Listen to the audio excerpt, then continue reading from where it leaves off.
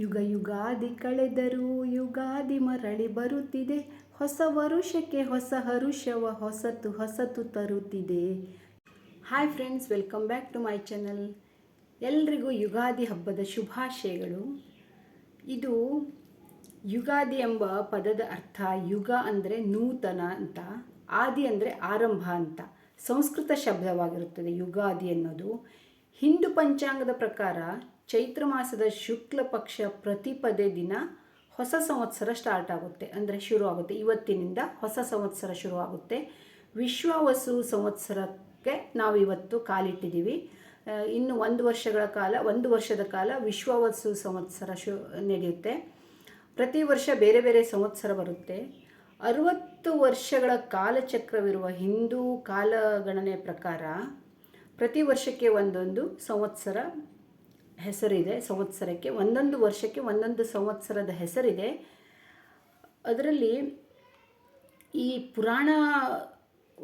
ಪುರಾಣದ ಪ್ರಕಾರ ಬ್ರಹ್ಮದೇವರು ಈ ದಿನವೊಂದೇ ಸೃಷ್ಟಿಯನ್ನು ಪ್ರಾರಂಭಿಸಿದ್ರಂತೆ, ಸೃಷ್ಟಿ ಮಾಡಿದಾರಂತೆ. ಇವತ್ತಿಂದ ವಸಂತ ಋತುವಿನ ಆಗಮನ ಆಗುತ್ತದೆ. ವಸಂತ ಋತು ಅಂದರೆ ಏನು?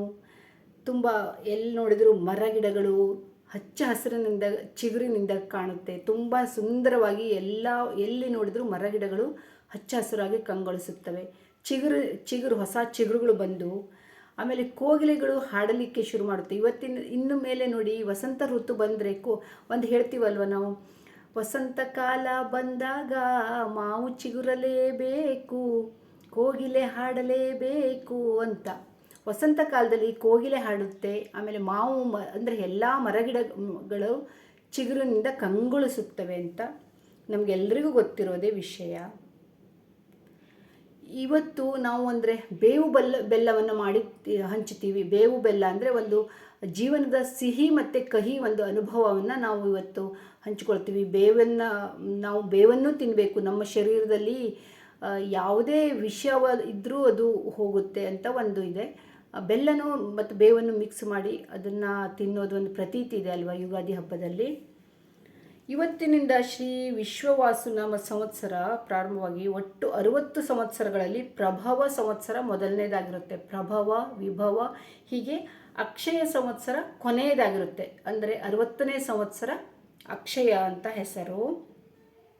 ಯುಗಾದಿ ಹಬ್ಬವನ್ನು ಒಂದೊಂದು ಕಡೆ ಒಂದೊಂದು ಹೆಸರಿನಲ್ಲಿ ಆಚರಣೆ ಮಾಡ್ತಾರೆ. ಇವತ್ತು ಮಹಾರಾಷ್ಟ್ರದಲ್ಲಿ ಗುಡಿಪಾಡ್ವ ಅಂತ ಹೆಸರಿನಿಂದ ಆಚರಣೆ ಮಾಡ್ತಾರೆ.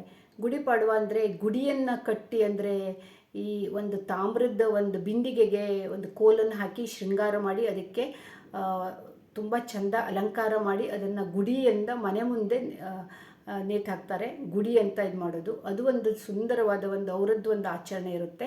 ನಮ್ಮಲ್ಲಿ ನಾವು ಮಾವಿನಕಾಯಿ ಮತ್ತು ಈ ಬೆಲ್ಲ, ಬೇವು ಇವುಗಳನ್ನೆಲ್ಲ ಇಟ್ಟು ನಾವು ಪೂಜೆ ಮಾಡ್ತೀವಿ ಮತ್ತು ಇದು ಮಾಡ್ತೀವಿ. ಮಾವಿನ ಎಲೆ ಮೇನು ತೋರಣ ಎಲ್ಲ ಹಾಕಿ ಮನೆ ಬಾಗಿಲಿಗೆಲ್ಲ ತುಂಬ ಸುಂದರವಾಗಿ ಅಲಂಕಾರ ಮಾಡ್ತೀವಿ. ಹಣ್ಣುಗಳಿಂದ ಪೂಜೆಯನ್ನು ಮಾಡ್ತೀವಿ. ವಿಧವಾದ ವ್ಯಂಜನಗಳನ್ನು ಮಾಡ್ತೀವಿ.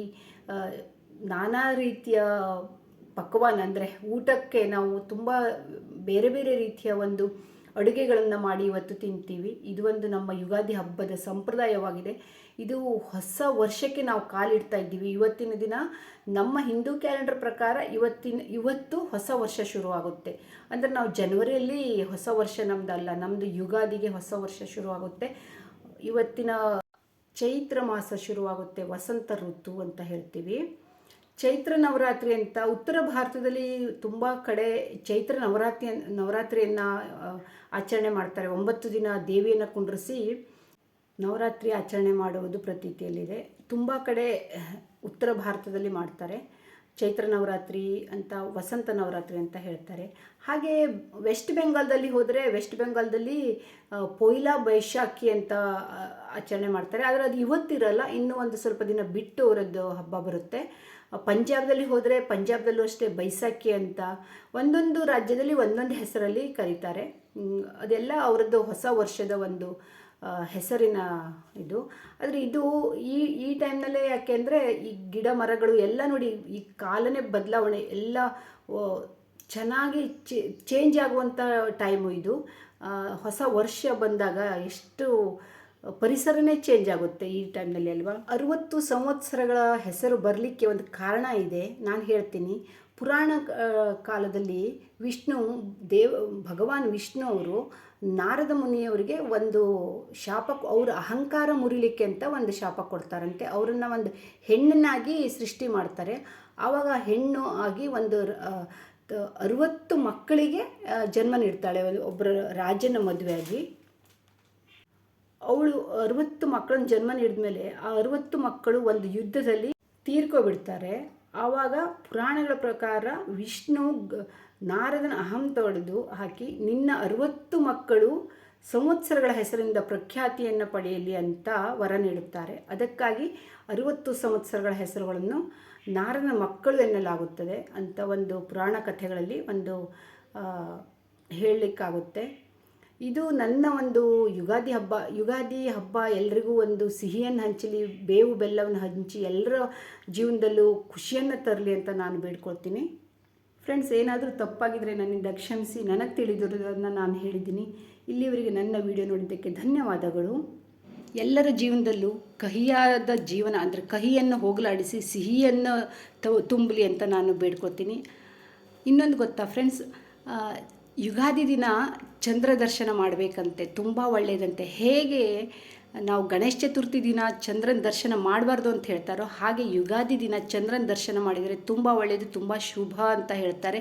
ಹಾಗಾಗಿ ಇವತ್ತು ನಾವು ಚಂದ್ರ ದರ್ಶನ ಹೇಗಾದರೂ ಮಾಡಿ, ಕಾಣಿಸಲ್ಲ, ತುಂಬ ಕಷ್ಟ ಆಗುತ್ತೆ, ಆದರೂ ಹೇಗಾದರೂ ಮಾಡಿ ದರ್ಶನ ಪಡೆಯೋಣ, ಅವರ ಆಶೀರ್ವಾದ ತಗೊಳ್ಳೋಣ ಅಂತ ಹೇಳ್ತೀನಿ. ಇಲ್ಲಿಗೆ ಈ ವಿಡಿಯೋನ ಎಂಡ್ ಮಾಡ್ತೀನಿ. ನಿಮಗೆಲ್ಲರಿಗೂ ಮತ್ತೊಮ್ಮೆ ಯುಗಾದಿಯ ಹಾರ್ದಿಕ ಶುಭಾಶಯಗಳು ಅಂತ ಹೇಳ್ತಾ ಈ ವಿಡಿಯೋನ ಪೂರ್ತಿ ನೋಡಿದವರಿಗೆಲ್ಲರಿಗೂ ಧನ್ಯವಾದಗಳು. ಹಾಗೆ ಫಸ್ಟ್ ಟೈಮ್ ಬಂದಿರೋರಾದರೆ ಸಬ್ಸ್ಕ್ರೈಬ್ ಮಾಡ್ಕೊಂಡು ನೋಡಿ, ಲೈಕ್ ಮಾಡಿ, ಕಾಮೆಂಟ್ ಮಾಡಿ, ಶೇರ್ ಮಾಡಿ ಅಂತ ಹೇಳ್ತಾ ಬಾಯ್ ಹೇಳ್ತೀನಿ.